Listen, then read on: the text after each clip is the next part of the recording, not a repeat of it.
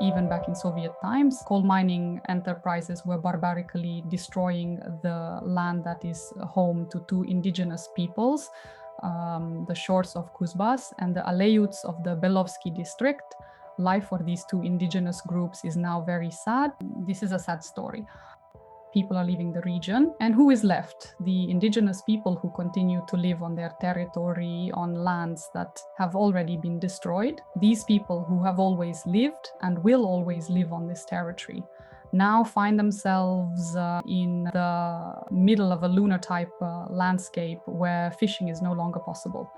The taiga has been destroyed, and the open pit coal mining operations have resulted in a mass migration of the indigenous animal populations. They have been frightened off by the explosions. That means hunting is no longer possible. Meanwhile, all of the natural crops are completely contaminated with coal dust. And in the midst of this apocalypse, people are struggling just to survive.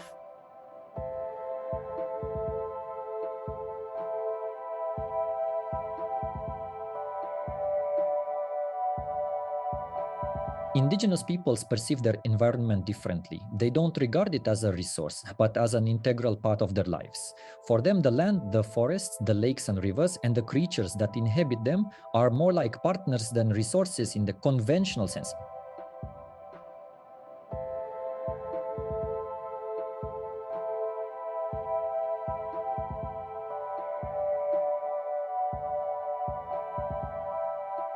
Of course, tangible or visible losses can be calculated on a calculator, but how do you evaluate or even start to comprehend the cost when a people so closely connected to their environment landscape loses their culture? How can you measure this kind of damage?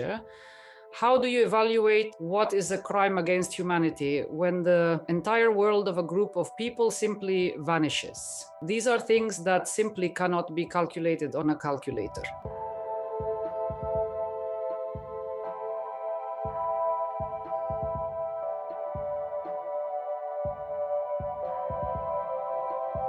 Hello, dear friends. You're listening to the latest podcast from the Anti-Discrimination Centre Memorial. In this edition, we're going to be talking about the rights of Indigenous peoples, about their right to preserve their traditional way of life on their ancestral lands, and their right to self-determination to preserve their own culture and language. I'm Olga Abramenko, and I work for the Anti-Discrimination Centre Memorial. In today's podcast, we're focusing on the environmental rights of Indigenous peoples, their right to land, resources, and a favorable environment. First, let me introduce my fellow podcasters, Yana Tanagasheva, an activist who represents the Shore, an Indigenous people from southern Siberia, and one of the founders and activists of the International Committee of Indigenous Peoples of Russia. Good afternoon, Yana. Hello. And we also have with us human rights lawyer Maxim Olenichev, who has experience in the field of environmental rights protection. Good afternoon, Maxim. Good afternoon. Yana, you might remember that a long time back we met in Geneva, where learned about the problems being faced by the village of Kazas. And this is a very significant case for us because we managed to bring to the attention of the international community how the people of this village in southern Siberia were being victimized by predatory coal mining company.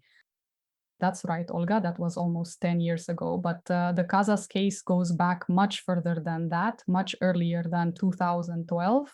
Even back in Soviet times, coal mining enterprises were barbarically destroying the land that is home to two indigenous peoples, the shores of Kuzbas and the Aleuts of the Belovsky district. Life for these two indigenous groups is now very sad. There is little data available on what is happening from the indigenous peoples themselves. And when the people decide to go against the system, against the state, and against the companies, the forces are not equal, and it is not easy, but only when they decide to speak up for their rights, for justice, for their traditional way of life, only then will the public and the international community learn about what is happening. The story of Kazas became known at international level when a coal mining company began open pit mining operations near the village. This is an ancient land. It's my ancestral village. It's where my parents are from. When it became completely impossible to continue leading traditional way of life, when hunting, fishing and foraging for wild plants all became impossible because the traditional lands were being destroyed. It was at that moment that we, not even as activists, but simply as a group of people, residents of this village, decided to stand up against the system.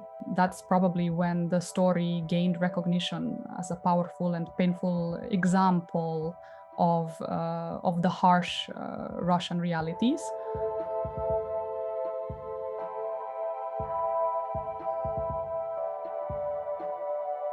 For the benefit of those who are maybe hearing about Kazas for the first time, let me give a bit of background. In 2012, a coal mining company began buying up houses, threatening the residents of the village and warning them that something could happen to their homes. Many of the people living in this territory work for the mining companies themselves, since this is a mining region. A lot of them are miners or have family members who are. So of course, it's difficult for them to stand up to them. As I said, these are completely unequal forces.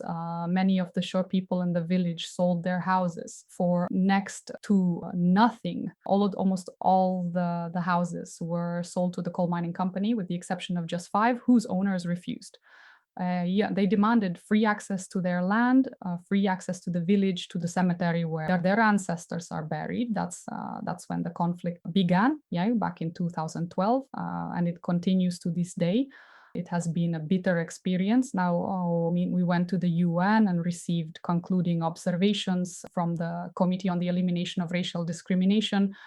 It was the first time in history that the UN committee had considered a case at this level and published concluding observations regarding the Russian state. It was a landmark ruling, but despite the international condemnation, Russia continues to simply ignore our rights. It has ignored the concluding observations and continues to put pressure on the local population and on the activists, and it means that if the people do not protest, do not talk openly about what's happening on their land, their traditional homeland, then no one will know what's happening at grassroots level in the regions. But that is becoming more and more difficult in the current climate. The war in Ukraine means many of the international environmental organizations that previously helped indigenous communities have now left Russia.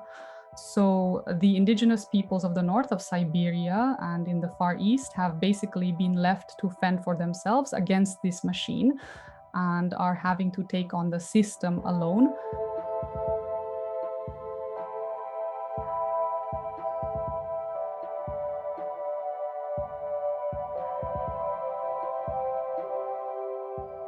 I would like to add that the repression of environmental organizations began long before the war in Ukraine, when the legislation on foreign agents and undesirable organizations came into force.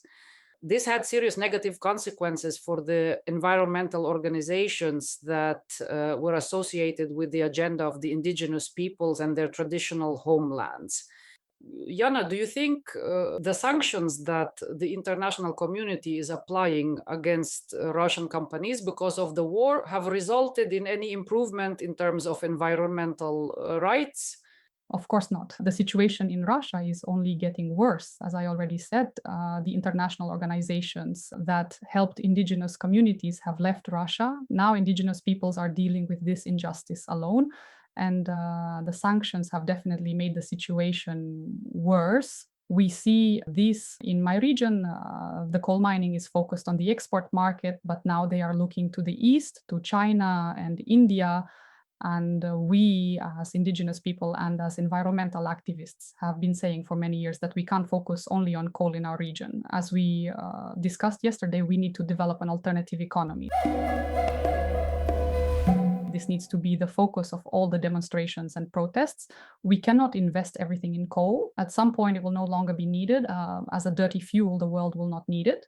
Today, China, which used to buy coal from Kazas, now has its own coal, and it also needs to export it somewhere. So in recent months, we have been seeing a crisis in Kazas. The situation is naturally having a huge impact on the region's economy and on the overall mood of the local population. People are leaving the region in numbers. And who is left? Indigenous people who remain on their territory on lands that have already been destroyed. These people who have always lived and will always live on this territory now find themselves in the middle of a lunar-type landscape where fishing is no longer possible. The taiga has been destroyed, and the open pit coal mining operations have resulted in a mass migration of the indigenous animal populations. They have been frightened off by the explosions. That means hunting is no longer possible. Meanwhile, all of the natural crops are completely contaminated with coal dust. And in the midst of this apocalypse, people are struggling just to survive.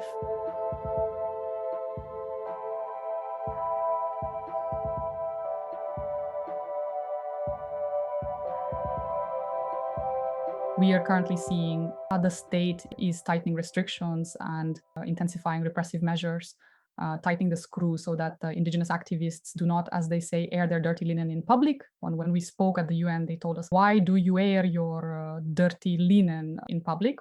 We can come to an agreement on the spot. But they have failed to do that. For example, when the UN session considered the Kazas case, we asked them to initiate a dialogue, an open three-way dialogue between government representatives, indigenous peoples, and representatives of the coal mining company. They promised to do this, but they didn't follow through. We returned to Russia after the UN session, and they ramped the repressive measures against us. Total surveillance, threats, police warrants, and so on.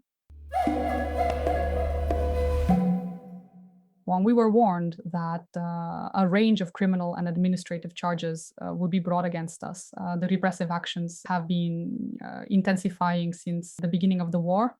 Last year, indigenous organizations were included on Russia's list of extremists and terrorists. This also prevents us from continuing our activities, from speaking out openly. Anyone who has been included on these lists can no longer speak out openly. That's been the case for most of the indigenous movements from the autonomous national republics. Our organization, the International Committee of Indigenous Peoples of Russia, was also included on the list, but we are all based outside of Russia, living in exile, and we can bypass Russia at the international level. The sad thing is that the Aboriginal Forum that unites communities and grassroots organizations of indigenous peoples in the regions was also included in this list. They need help, and it's becoming increasingly difficult to get information from the ground. So both repressive measures and sanctions, and of course the war in Ukraine, have all had a negative impact on the situation faced by indigenous peoples. These criminal prosecutions that Jana is talking about, which are a consequence of indigenous organizations being included on the list of extremists and terrorists, quite simply deny them the opportunity to participate in public life. Implementing Russian Federation legislation and decisions relating to indigenous people's ability to assert their rights when interacting with government agencies or companies and on participating in public discussions is turning out to be impossible. And if we look at this in terms of traditional economics, then this essentially means that any attempts to assert their position in negotiations with mining companies and the government agencies can actually result in prosecution and loss of the rights granted to them under the laws for indigenous peoples. But even if we leave aside the problem of criminalization, and this has, of course, been extremely sensitive since the start of Russia's war against Ukraine, we're seeing that even those areas of Russian legislation that do provide some opportunities to protect the rights of indigenous peoples are often not observed. Olga, let me interrupt you here for a moment. I'd like to tell you about several successful cases. You can literally count them on the fingers of one hand, but there are still examples where the rights of indigenous peoples have been successfully protected. The industrial companies often try to seize the lands occupied by indigenous peoples. We know this from the story of the Shors and other indigenous peoples whose lands are invaded by mining companies. In such cases, the existing legislation doesn't protect indigenous peoples. The legislation on support for indigenous peoples actually states the following: if it is necessary to seize land for state or municipal needs, then the occupants are simply paid compensation. That is to say, in fact, they simply apply the standard general procedure that currently exists in the Russian Federation. And here I would like to give an example when, for the first time in Russian judicial practice, we managed to achieve recognition that of the seizure of land for open pit coal mining was as illegal, precisely on the grounds that because there was no proven state's need for it. In 2017, in the village of Menchrep in Kemerovo region, one of the coal mining companies decided to seize agricultural land so it could begin open pit coal mining. The Kemerovo region is basically a huge quarry for open pit coal mining. They mine the coal by simply cutting into the soil in the open to reach the required depth. That means huge slag heaps, artificial mountains, are created nearby. When I went there for the first time in winter for the court case that we lodged in Novokuznetsk, I was surprised to see that the snow wasn't white like in the European part of Russia. It was gray. When I arrived in the city of Belovo, where we had another court case in 2017 to 2018, the snow wasn't even gray anymore, but black. Open pit coal mining produces a lot of pollutants. It produces coal dust. And everyone in the area uses coal for heating, so there is coal dust everywhere you look.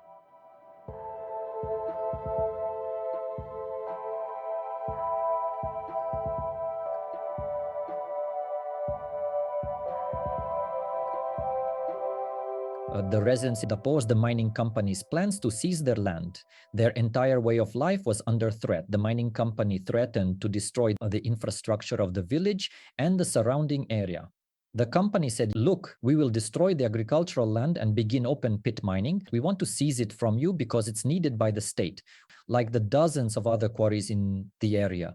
In fact, there are abandoned quarries which still contain coal, but the mining companies consider it unprofitable to continue working them because it makes the whole process more expensive. So we decided to file an administrative case in court. Firstly, the state draws up a framework to develop a particular industry. For example, there is a program for the development of the coal industry, and there are deposits under these agricultural lands and villages that have already been explored. The Ministry of Natural Resources then issues an order to seize land from private individuals on the basis that it is needed by the state. And so what happens next? The state doesn't mine the coal, it issues a license to a private company, granting the right to develop a particular site. So for the most part, land is confiscated from private owners so that private companies can profit. Our court case was heard in the Kemerovo District Court and lasted 6 months. We presented various arguments in defense of the landowners, but the key issue was the one regarding the state's need for the land. There is no legal definition of what constitutes the needs of the state in Russian law, but in 2013, the Supreme Court ruled that it's necessary to weigh up the balance of public and private interests, and we managed to prove that the seizure of land from private owners by the state is not about meeting the needs of the state. Firstly, because there are dozens of similar quarries nearby, including abandoned ones where there is still coal that can be mined. And secondly, we spoke about the fact that these agricultural lands are used by the local residents to grow crops for livestock farming and so on. Since these lands are essential to the livelihood of the local population, it would be unlawful to deprive them of their use, and the judge ruled in our favor. He determined that the state's 4 orders to seize plots of land were illegal.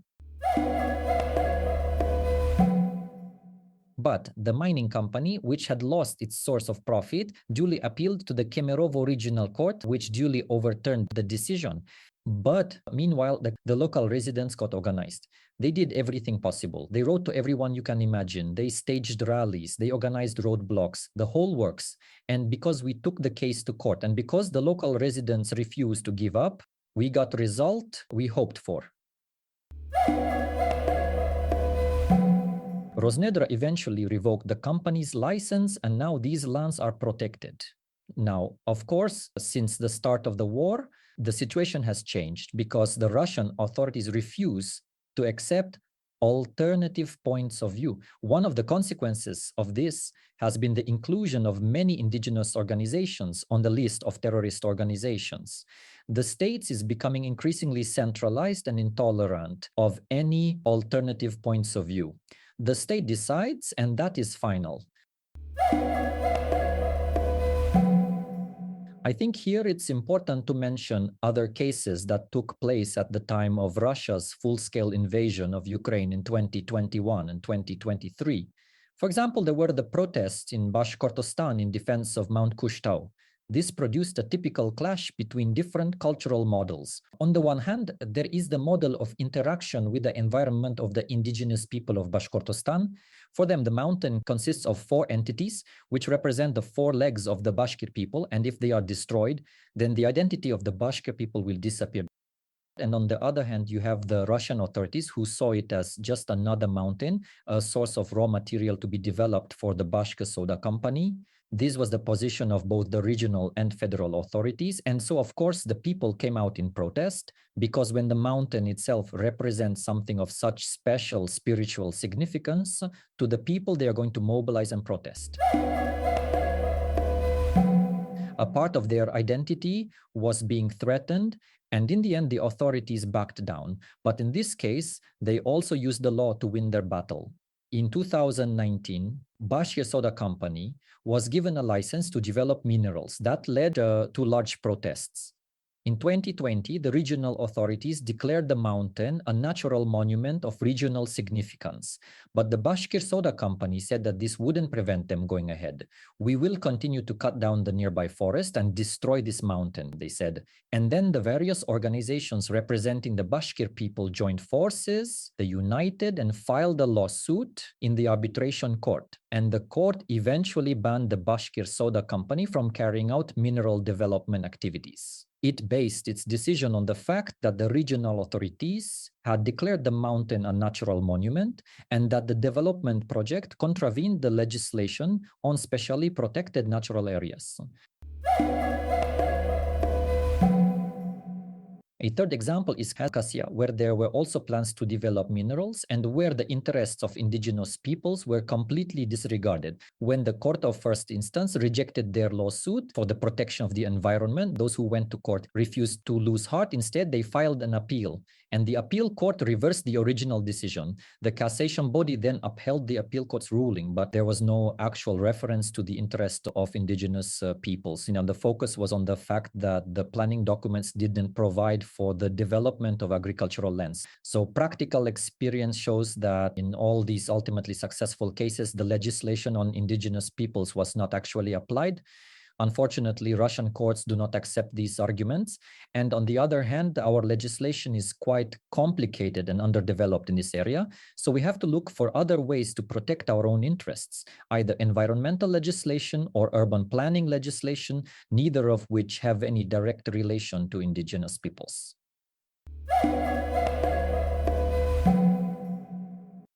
Another problem is that while under the law there are territories protected for traditional use by indigenous peoples, the systems and procedures for establishing them are the remit of the federal, regional, or local authorities. And the reason very few of these territories exist is because the authorities only approve them at their political discretion. A good example is the Nenets Autonomous Okrug. Several areas designated for traditional use were created there. but the boundaries were not clearly defined, and these areas were not included on the cadastral register. In 2016, the prosecutor's office applied to the court and ordered the local authorities establish clear boundaries and record them on cadastral register. This was a fairly successful outcome, but it was also an example of the state deciding to protect the indigenous peoples. In other words, the approach was rather paternalistic. If the indigenous peoples had gone to court themselves, I don't think they would have had a chance of winning this case because of the way the Russian judicial system is structured.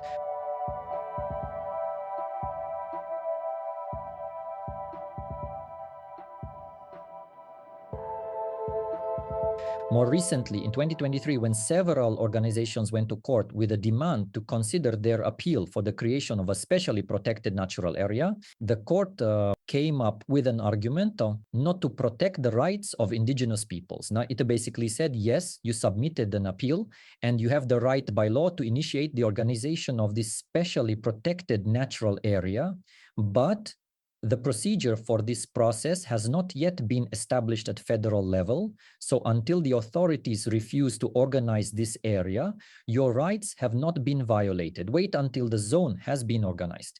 This is how the judicial authorities assess the interests of indigenous peoples when it comes to land rights. I think the examples you mentioned are very important. In particular, here we've got an indigenous people who are on the list of small peoples and who supposedly have additional rights under Russian law. But even these groups can't get justice when it comes to their land.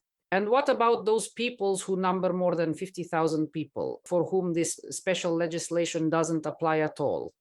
We are now seeing some heroic efforts by these groups to preserve their own environment. And these generally come with huge sacrifices. People have died during the protests.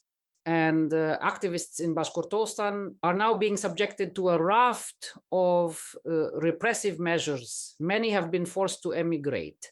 Of course, in these conditions, you are right that it's difficult to secure protection for the rights of indigenous peoples to preserve these natural, historically formed environments that have taken shape through the ages. Take the shores, for example, their traditional homelands in Khakassia have official status.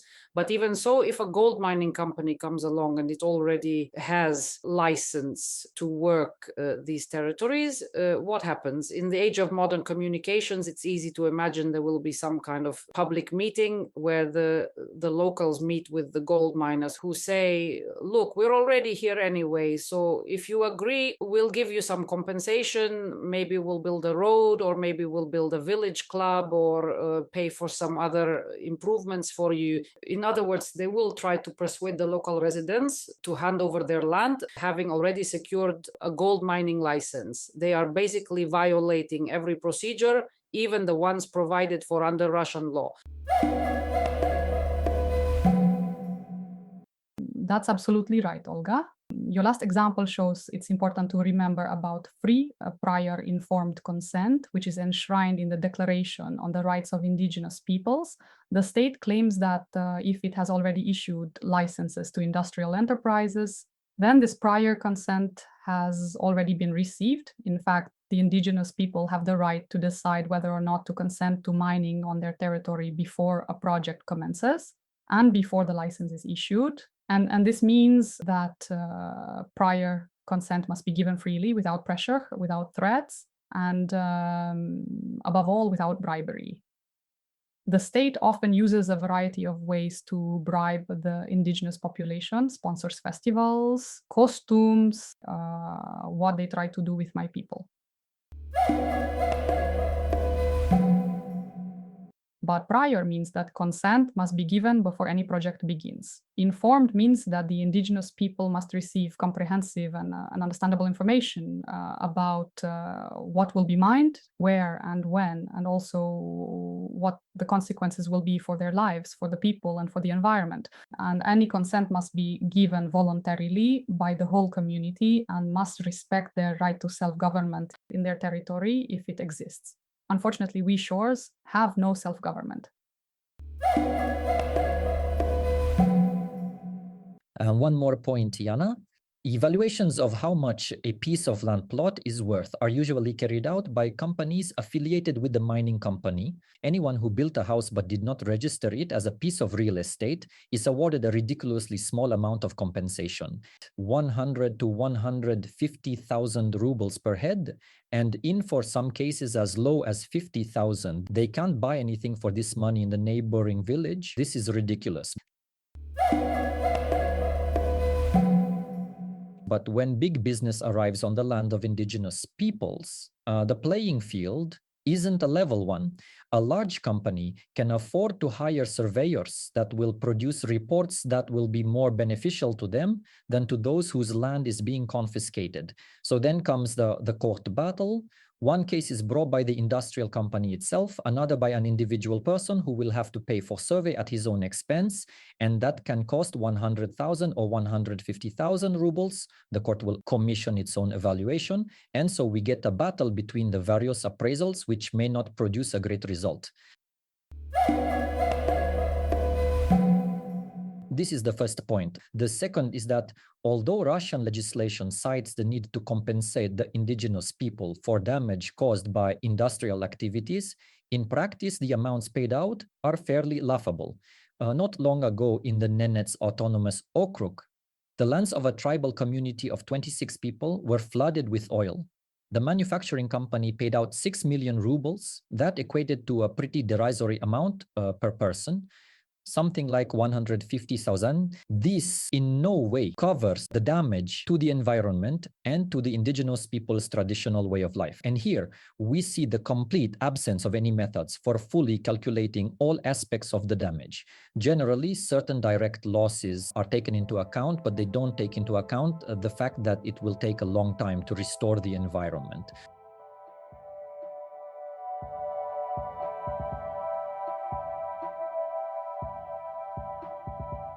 Of course, the rules of the game themselves need to be changed, and the existing legislation needs to be applied differently. There are some legal points that can help indigenous peoples protect their rights, but it all comes down to political will and how the courts apply these laws. In our practice, we do see a very small number case where rights are being protected. These are important to help ensure spirits aren't broken and that people are aware of what is in their best interests. But on the other hand, the reality is that there are many barriers along the way, and unfortunately, the legal protections aren't always implemented. This is because the courts come up with interpretations of the legislation that were not included in the original laws themselves.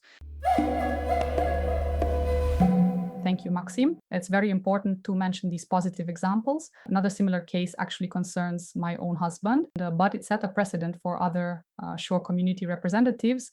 Now, my husband knew that the shores do not have to pay land tax. We had a plot of 10 to 15 acres and we didn't pay tax on it. The tax authorities filed a lawsuit against him, but he won his case since he is ashore. In court, he firstly had to prove his identity, his nationality. His Russian passport makes absolutely no reference to this. So he had to provide various documents, birth certificates, marriage certificates. Thanks to these documents, he was able to prove that he was Ashorean and cited the relevant legislative articles. So he won his case and didn't have to pay taxes. And this set a precedent, but not everyone is willing or able to go through these bureaucratic hurdles. It's very difficult. The same thing is happening in the Far East today with the fishing quotas. What we're seeing there is terrible. Because of all this bureaucracy, people have been forced to become poachers on their own land and end up facing criminal charges. This is done deliberately, intentionally by the state, so that people will move to the cities or simply die off.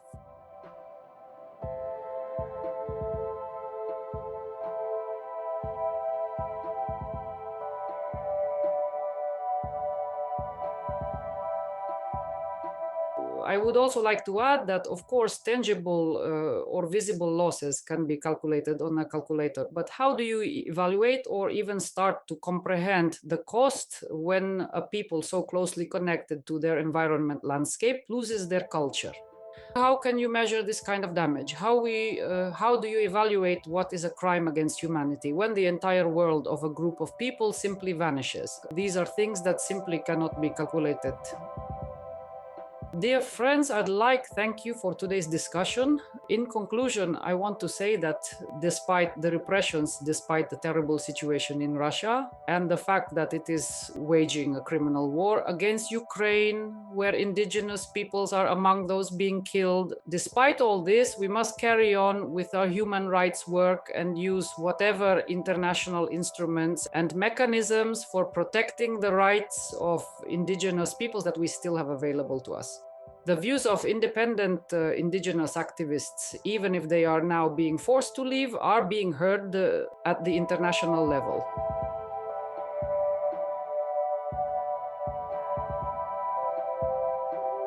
This is where we have to end it for today. Next time, we'll be talking about the cultural rights of indigenous peoples, education, and academic freedom. Many thanks to my fellow participants, and of course, thank you all for listening. This podcast was brought to you by the Anti-Discrimination Centre Memorial. Please remember to keep tuning in for future episodes.